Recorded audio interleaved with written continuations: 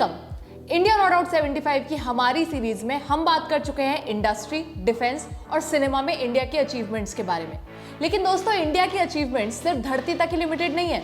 हमने out of the world भी अपनी एक अलग पहचान बनाई है। जी हाँ, हम आज बात कर रहे हैं Indian achievements in space sciences की। स्पेस जितना रिलेशनशिप्स के लिए जरूरी है, उतना ही रिसर्च के लिए भी। तो गौर से सुनो। कई सालों तक दिवाली पर इंडिया के पिक्चर्स शेयर करने के बाद नासा ने रिसेंटली अपनी वेब स्पेस टेलीस्कोप से ली गई यूनिवर्स की कुछ अमेजिंग पिक्चर्स रिलीज की हैं। They give us an idea कि हम कितने बड़े सिस्टम का सिर्फ एक छोटा सा पार्ट है। इसलिए space science is very important for the progress of Mankind. America में नासा के अलावा भी बड़े प्राइवेट प्लेयर्स हैं, जैसे स्पेसएक्स, लॉकहीड मार्टिन और बोइंग भी स्पेस एक्सप्लोरेशन में मैसिव इन्वेस्टमेंट कर रहे हैं। और जहां अमेरिका इतना फोकस्ड हो तो समझ जाओ कि वहां या तो तेल है या कोई बड़ा खेल है। ये बात हमारे इंडिया ने आजादी मिलते ही समझ ली थी। Despite being in a very bad economic shape, India kept working on space exploration from early days. Indian National Committee for Space Research, INCOSPAR 1962 में बना था। लेजेंडरी साइंटिस्ट विक्रम साराभाई, जिनको father of Indian space science भी कहा जाता है, उन्होंने PM Nehru को स्पेस रिसर्च की इंपॉर्टेंस बताई। इस तरह इनकॉस्पार बना। फिर ये साइज में ग्रो होता गया एंड 1969 में it became ISRO. ISRO comes under department of space and the PM of India directly overseas it. एक मॉडेस्ट से बिगनिंग से हमारा इसरो आज दुनिया की 6 बड़ी स्पेस एजेंसीज में आता है।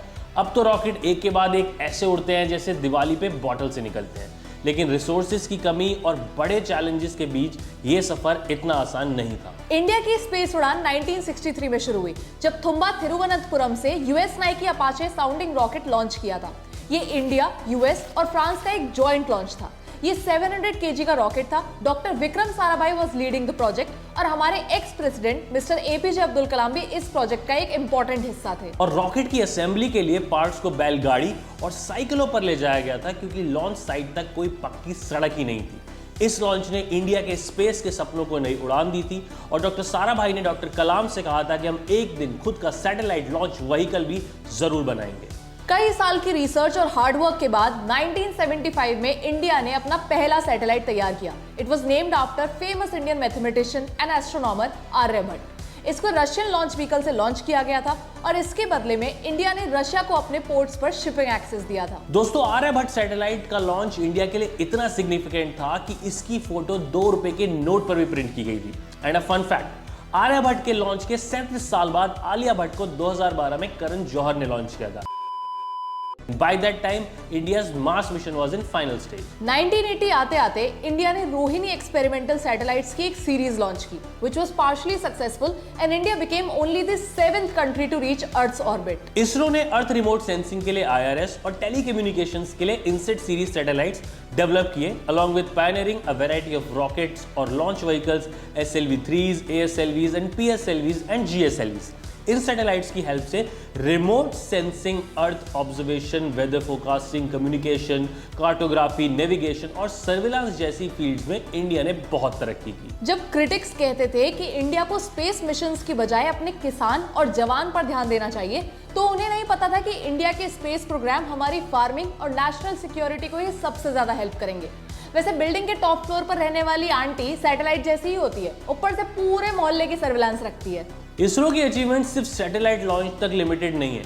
कम बजट में बड़े स्पेस मिशन पूरे करने की आर्ट में इसरो ने मास्टरी हासिल कर रखी है। इसरो ने अब तक 114 स्पेसक्राफ्ट मिशन और 83 लॉन्च मिशंस किए हैं। इंडिया का पहला सक्सेसफुल लूनार मिशन था 2008 में चंद्रयान 1 और इंटरप्लैनेटरी सक्सेसफुल मिशन था 2013 में लॉन्च किया गया मंगलयान।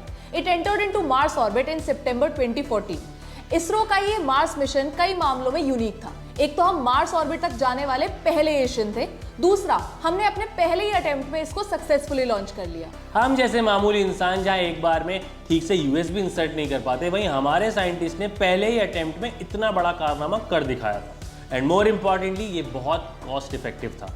नासा के मार्स मिशन का केवल 11%। मंगलयान का ट्रैवल कॉस्ट था सिर्फ 7 रुपीज पर किलोमीटर। आज की डेट में ऑटो वाला भी 15 रुपए पर किलोमीटर चार्ज करता है। हालांकि दोनों तरफ की सवारी मिलने का प्रॉमिस किया जाए तो हमारे ऑटो वाले भी मार्स तक ड्रॉप करने का टैलेंट रखते हैं। लेकिन space science is more about failures than successes. ये मिली सेकेंड्स का खेल है। बहुत से सैटेलाइट लॉन्च और मिशन फेल भी होते हैं। जुलाई 2019 में लॉन्च किया गया चंद्रयान 2 एक इंप्रूवमेंट प्रोजेक्ट था। Its motive was to study the variations in lunar surface compositions. Mission craft successfully moon orbit तक पहुंच गया, बट अनफॉर्चुनेटली एक सॉफ्टवेयर ग्लिच की वजह से लैंडर क्रैश हो गया। Whole of India was watching it and this was a heart breaking moment for the entire nation. PM Modi ने इसरो चीफ के सिवान को गले लगाकर कंसोल किया and the image became iconic and viral. लेकिन हमारे साइंटिस्ट इन फेलियर्स को हमेशा एक लर्निंग एक्सपीरियंस की तरह देखते हैं and they work even harder to achieve bigger things. ISRO के अपकमिंग मिशंस में ह्यूमंस को स्पेस में भेजना, मून रोवर लैंड करवाना, इंडिया का स्पेस स्टेशन शुरू करना जैसे बड़े-बड़े इंपॉर्टेंट प्रोजेक्ट्स हैं। And we sincerely hope that India would be a leader in space programs in next 25 years.